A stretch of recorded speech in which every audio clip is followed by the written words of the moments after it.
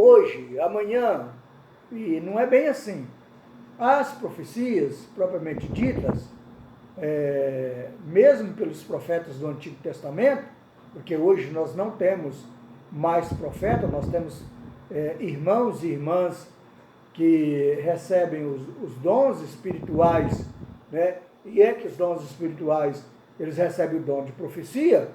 Então, os profetas do Antigo Testamento, eles profetizavam também, mas estas profecias, elas tinham 3 sistemas, que era o de cumprimento imediato, o de cumprimento mediano e de cumprimento prolongado. Então, tinha profecia que era para cumprir no tempo do profeta, naquela época, tinha profecia que era para cumprir depois que ele passasse, viesse outros profetas, e seria cumprido na época desses outros profetas, e haviam profecias que eram para ser cumpridas 1000 anos depois, entendeu? Que são muitas dessas que vão ser cumpridas no milênio, como, por exemplo, essa do novo templo, né? Então, aqui uma pequena explicação sobre essa questão de profecia, que é muito importante para cada um de nós, né? Então, não havia necessidade desses altares, né? Lá não há necessidade, ou não vai haver necessidade desses utensílios, né?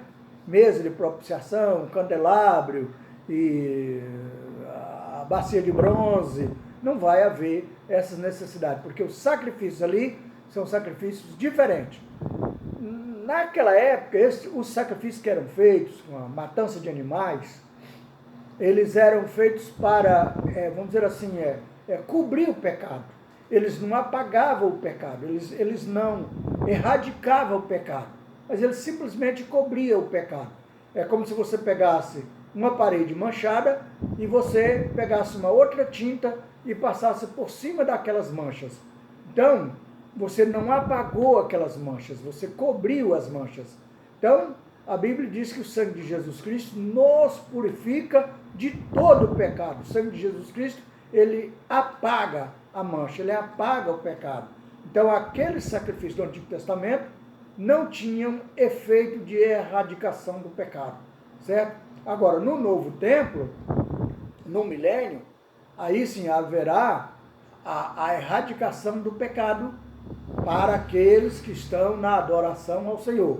Então, o que nós podemos dizer? Nós podemos dizer que o milênio será um novo tempo, onde todos os servos e servas do Senhor, né, estarão ali de forma totalmente diferenciada daqueles que vivem na impiedade. Então, isso é importante para cada um de nós. Nós vamos chegar aqui, porque o nosso tempo está bem corrido, né? Nós vamos chegar aqui no capítulo 3, que fala santidade e glória. O item 1 diz assim: a glória de Deus volta ao templo. O Espírito Santo levou Ezequiel para o átrio interior do templo, como havia feito anteriormente.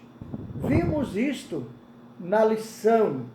Nessa ocasião, a situação do templo e dos seus adoradores era de completa apostasia, com a prática abominável. Dessa vez, o profeta viu o que a glória do Senhor encheu o templo, como aconteceu com Moisés na dedicação do tabernáculo a Deus. Então, o pecado, na verdade, o que ele faz? Ele forma uma barreira entre o homem e Deus. Forma essa barreira. No Antigo Testamento não havia condição de erradicar o pecado, porque a Bíblia diz que só o sangue de Jesus Cristo nos purifica de todo o pecado. O sangue de bode, o sangue de ovelhas, sangue de touros, de cordeiros, de pombos, Nada disso servia para purificar o pecado do homem. Mas, depois que Jesus veio, foi condenado, foi morto, ressuscitou no terceiro dia, aí sim, aí ele erradicou o pecado.